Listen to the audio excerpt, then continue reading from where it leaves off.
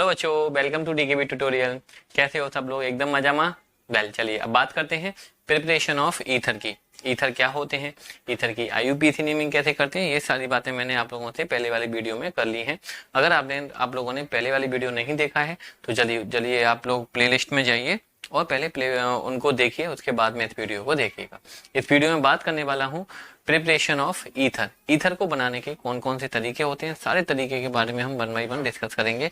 लेकिन सबसे पहले जो मोस्ट इंपॉर्टेंट मेथड है ईथर को बनाने का, उसको हम बोलते हैं Williamson ether synthesis.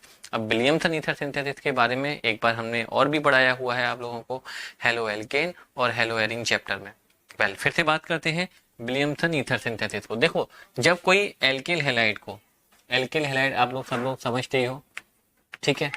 Are x, are कोई एल्काइल ग्रुप हो सकता है, एक्स कोई हेलोजन हो सकता है, रिएक्ट करता है सोडियम एल्कोक्साइड के साथ में। किसके साथ में? Sodium alkoxide. सोडियम एल्कोक्साइड क्या होता है, सब लोग जानते हो क्या? नहीं जानते हो तो अब बता देते हैं। एल्कोहल जानते हो, आर ओ एच। एल्कोहल तो सब लोग जानते हो, आर ओ एच। एच को हटा के Na लगा दीजिए और इस कंपाउंड को हम बोलते हैं सोडियम एल्कोक्साइड, राइट। तब क्या होता है, Na और यहां से X आउट हो जाता है और जो कंपाउंड बनता है उसी को हम बोलते हैं ईथर, ठीक है।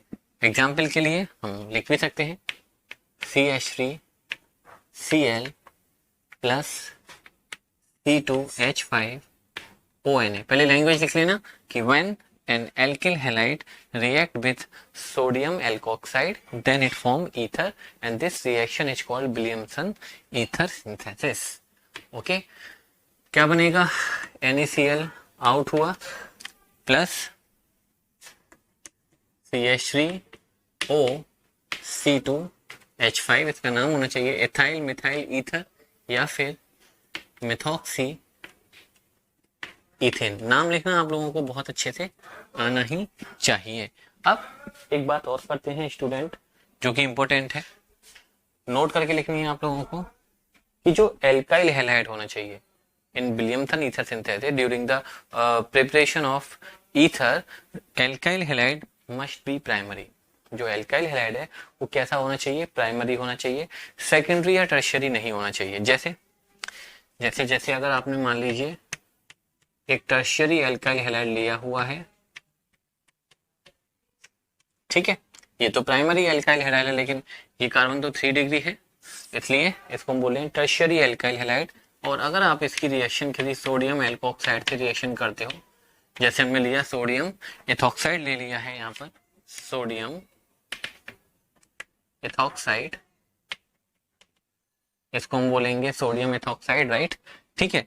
तब क्या होगा? तो तब भी ईथर बनना चाहिए। आप लोग कहोगे था यहाँ से Na आउट होना चाहिए, यहाँ से Cl आउट होना चाहिए, तो क्या बनना चाहिए? यहाँ पर बनना चाहिए CH3 CH3O C2H5 plus NaCl।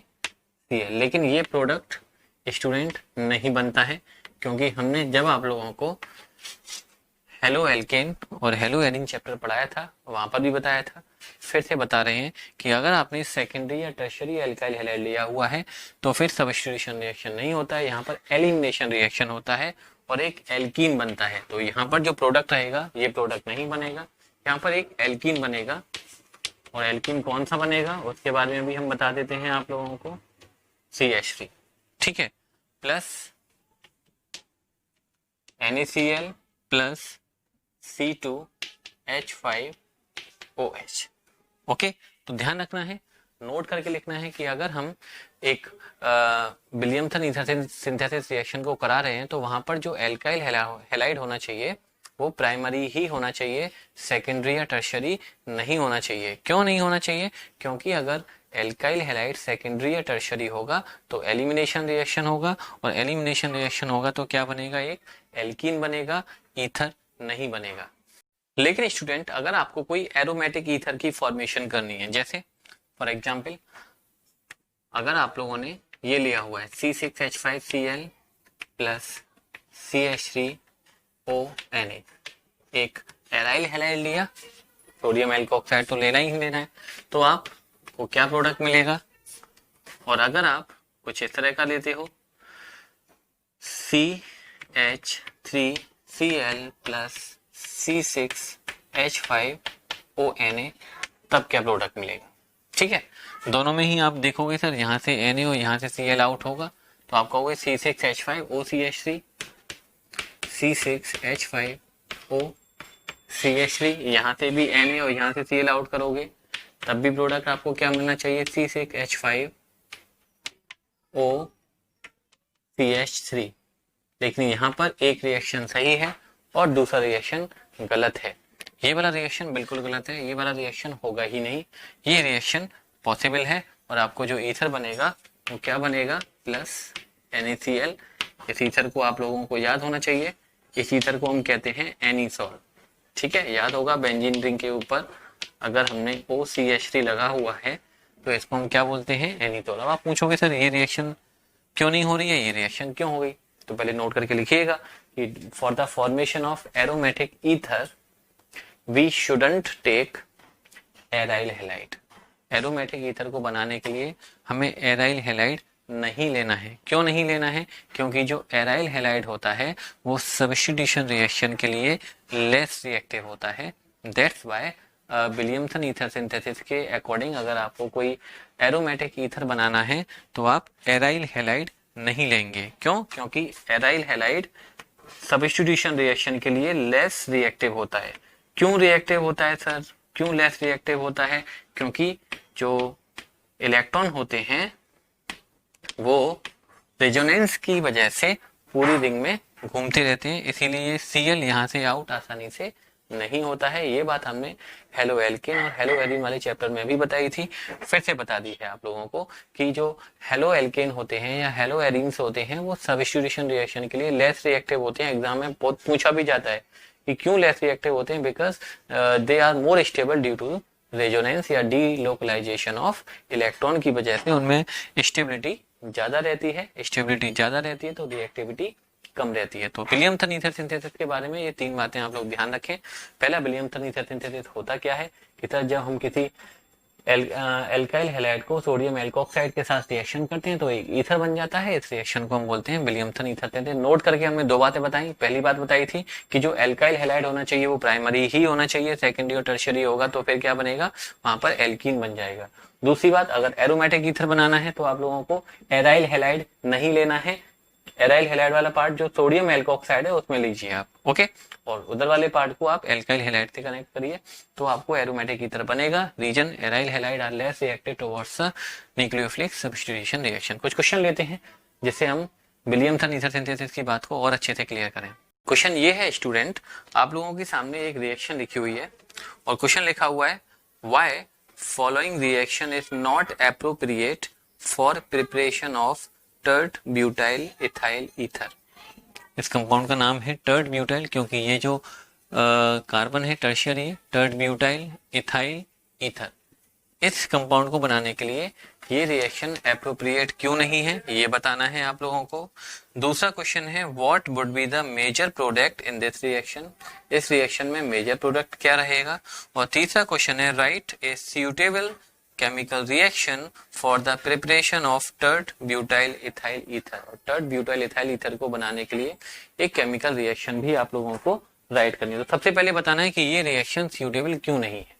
आप लोगों को पता है, हमने आपको नोट करके बताया हुआ है कि अगर आप ईथर बना रहे हो तो ईथर किससे बनता है, विलियमसन ईथर सिंथेसिस में आता है एक एल्काइल हैलाइड होना चाहिए और एक सोडियम एल्कोक्साइड होना चाहिए। तो सोडियम एल्कोक्साइड है, लेकिन जो एल्काइल हैलाइड वाला पार्ट है वो कैसा होना चाहिए, वो प्राइमरी होना चाहिए, वो टर्शियरी और सेकेंडरी नहीं होना चाहिए। क्यों, क्योंकि अगर टर्शियरी और सेकेंडरी होगा तो वहां पर एल्कीन बनेगा और ईथर नहीं बनेगा। तो आप लोगों को यही लिखना है कि alkyl halide is tertiary, that's why it will form alkene not ether, that's why this reaction is not suitable for making tert butyl ethyl ether। पहला क्वेश्चन का आंसर ये लिखिएगा। दूसरे क्वेश्चन का आंसर ये बताना है कि इस रिएक्शन का मेजर प्रोडक्ट क्या रहेगा। तो इस रिएक्शन का मेजर प्रोडक्ट क्या रहेगा उसके लिए आप लोगों को पता है, हमने आपको पहले भी बताया हुआ है, फिर से बता रहे हैं कि यहाँ पर एक एल्कीन बनेगा स्टूडेंट, ठीक है, एलिमिनेशन रिएक्शन होगा और क्या बनेगा एल्कीन। यहाँ से एक H हटाइए, H हटाएंगे तो फिर क्या बनेगा CH3 C double bond CH2 CH3 plus और क्या क्या बनेगा, NaCl तो आउट होगा ही होगा, प्लस साथ में C2H5OH, इथेनॉल भी आउट हो लेगा। तो ध्यान रखें कि अगर एल्काइल हैलाइड टर्शियरी है तो वहां पर आप लोगों को ईथर नहीं मिलेगा, एलिमिनेशन होगा तो एल्कीन बनेगा। तीसरा क्वेश्चन था इसमें, right a suitable reaction for the preparation of टर्ड butyl ethyl ether.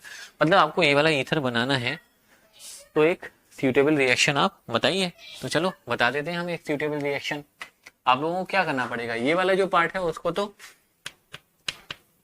Alkyl halide से लीजिए, प्राइमरी है एल्काइल हैलाइड ले लिया, और ये जो टर्ड ब्यूटाइल वाला पार्ट है इसको आप सोडियम एल्कोक्साइड से कनेक्ट कर दीजिए।